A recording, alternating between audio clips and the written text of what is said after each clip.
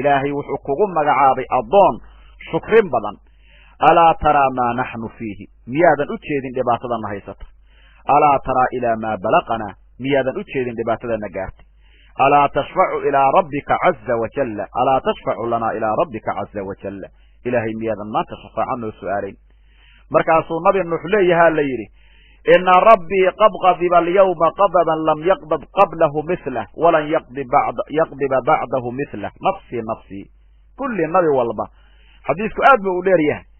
nabi nuux wuxuu leeyahay anigana maya utaga maanta waxa weeye ilaahay waa caraysan yahay utaga nafteedan u walwalayaa nabi ibraahim utaga nabi ibraahim nabi kastaa cudurdaar buu sheeganaya weliba nabi kastaa cilladaas anigu aan leeyahay buu leeyahayo aan macnaha galay oon ka cabsanayaaba nabi ibraahim wuxuu leeyahay nabi muuse utaga nabi muuse wuxuu leeyahay nabiyullahi ciise utaga nabi ciise wuxuu leeyahay nabi moxamed utaga calayhi salaatu wasalaam rasuulku waa nabiga ugu horeeya wa awalu shaaficin wa awalu mushafacin weeye nabigeenu calayhi salaatu wasalaam waa rasuulka ugu horeeya oo bilaabahaya shafaacada xadiiskan marka wuxuu caddaynaya waa muttafaq oo bukhaariya muslim baa isku raacay wa hada aladi dakaruu min ana nuuxan calayhi salaam huwa awalu rusul ila ahli ardi huwa asaxiixu aladi calayhi alakharuun xadiisku wuxuu caddaynayaa inuu nabi nuux rususha ugu horreeyey maxaa yeelay nabi nuux inuu rususha ugu horreeyey u caddaynayaahoo markay la hadlaayeen waxay odhanayaan ayagaa waxay odhanayaan baa la yidhi waxaa tahay haddee markay u yimaadiin nabi nuux ayay waxay ku leeyihiin yaa nuuxu anta awalu rusuli xadiidkay bay ku qorantay soo ma aragtid sidaasaana raajixa macnuhuna maaha nabi ka horreeye ma jiro loogama jeedo nabi nuux liannahu lam yasbiqhu bicatu axadin min alambiya loogama jeedo maxaa yeele nabi shiif iyo nabi idriis iyo nabi aadam iyo kulligood ambiya ahaaye waana ka horeeyeen wa kulluhum qad bucisuu qablah walakinahum lam yakunuu rusulan fa huwa bi hada alictibaar rusul oo gaalo loo soo diraysan ahayn marka isagu rasuul oo qoom ilaahay keyrka caabuda loo soo diro ugu horreeyaa la yidhi ee nabi oo dhan ugu horreeya loogama jeedo hadda nabi iyo rasuulna farqiga u kala yaallaa wuxuu yahay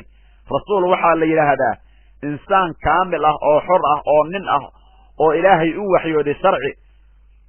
ayaa rasuul la yidhaha oo ummaddana u gudbi la yidhi nabina waxaa la yidhaha insaanun kaamilun xurun dakarun uuxiya ilayhi bisharcin walaakin lam yu'mar bitabliiqihi waxaanu haddana ka hadlaynaa insha allah almuddatu alatii caasha calayha nuuxun calayhi asalaam muddadii nabi nuux adduunyada uu ku noolaay caasha nuuxun calayhi salaam dawiilan nabi nuux muddo dheer buu noolaay wa cumira kasiiran muddo dheer baa la cumri siiyey wa kaana adwala alambiyaa'i cumran ambiyada midka ugu cumriga dheer buu ahaa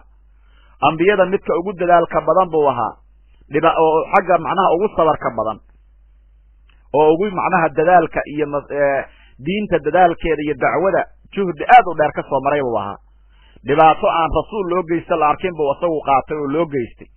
qoomkiisa habeen iyo maalinba siran wa jahran ayuu diinta ugu yeeri jiray 950 sano nabiga daaciga ayuu ahaa yudakiruhum wa yaciduhum qoomkiisa waa waaninaya waana wacdinayay wayadcuuhum ila allahi bilxikmati waalmawcidati alxasana ilaahay buu ugu yeerayay xikmad iyo mawcido wanaagsan asagoo ku dheehan ayuu qoomkiisa ilaahay ugu yeerayay oo intaasoo dhan waxa weeye waano iyo wacdi oo ku haya baa la yidhi wacdi ayuu muddada intaas le ku haya baa la yidhi waano iyo wacdi ayuu intaasoo dhan ku waaninayey oo waxa weeye wayadcuuhum ila allahi bilxikmati waalmawcidati alxasana walakinahu lam yalqa min qawmihi ila kula takdiibin wasdihaadin nabi nuux kalama kulmin qoomkiisa ilaa beenin iyo waxa weeye inkiritaan iyo dhibaato iyo shar ma ahani wax kaloo kala kulmay oo haba yaraatee faa'iidaahay ma aysan jirin baa la yidhi iyo wasuduudin wa ciqaabin faqad kaanat quluubuhum ashadda min alxijaara waxay ahayd qalbiyaalkoodu dhagxaanta kuwa ka adag wa cuquuluhum aslabu min alxadiid caqliyaalkooduna bir way ka adkaayeen nabiyullaahi nuux calayhi salaam wuxuu ahay baa la yidhi iyadoo qoomkii sidaa u dhib badan yihiin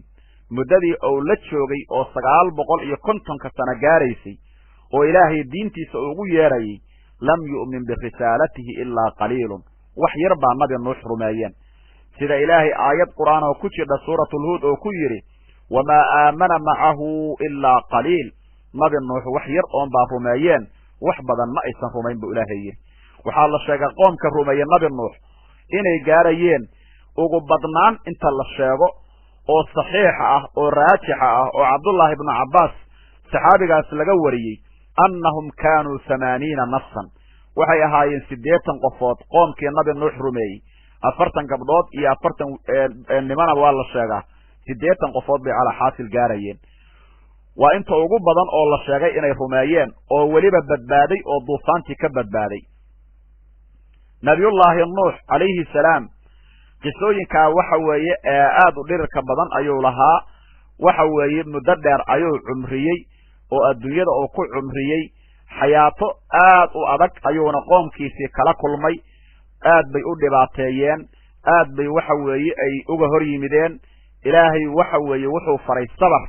dadka nabiga la yiri calayhi salaatu wasalaam ku daya ayuuna ku jira oo ulul casmiga ah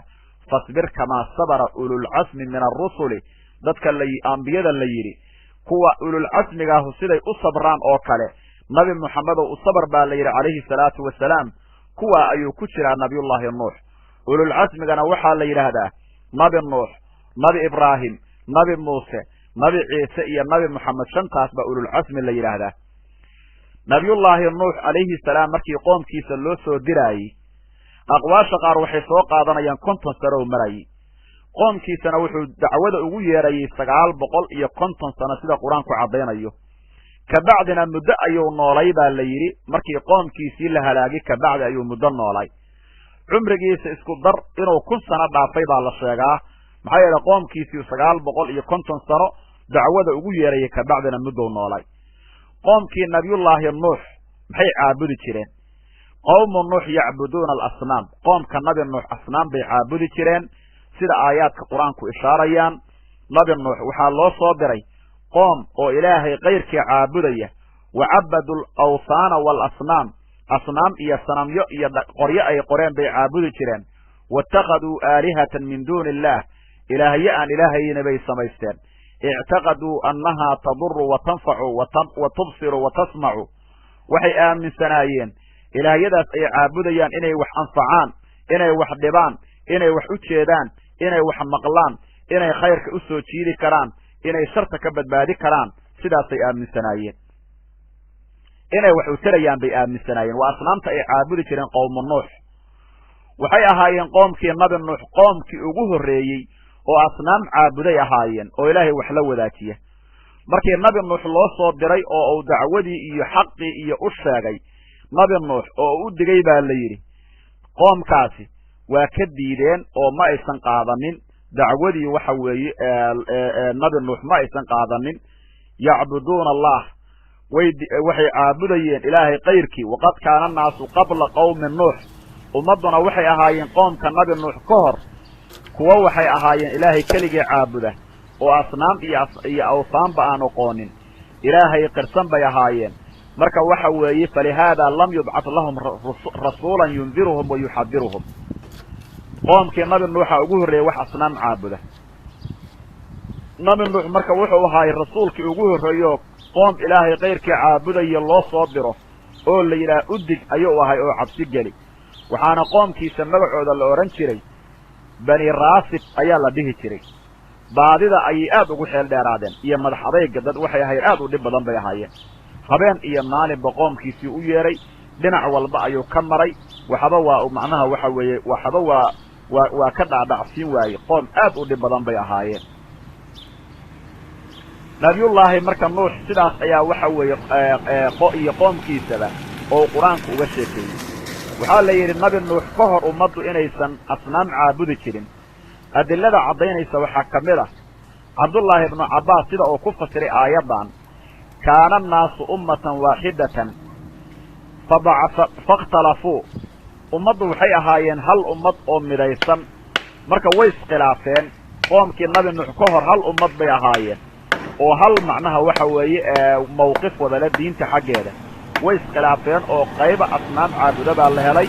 oo ilaahay diintiisa ka baxay markaas uu nabi nuux ilaahay u soo diray taa ayuu Abdullah ibn Abbas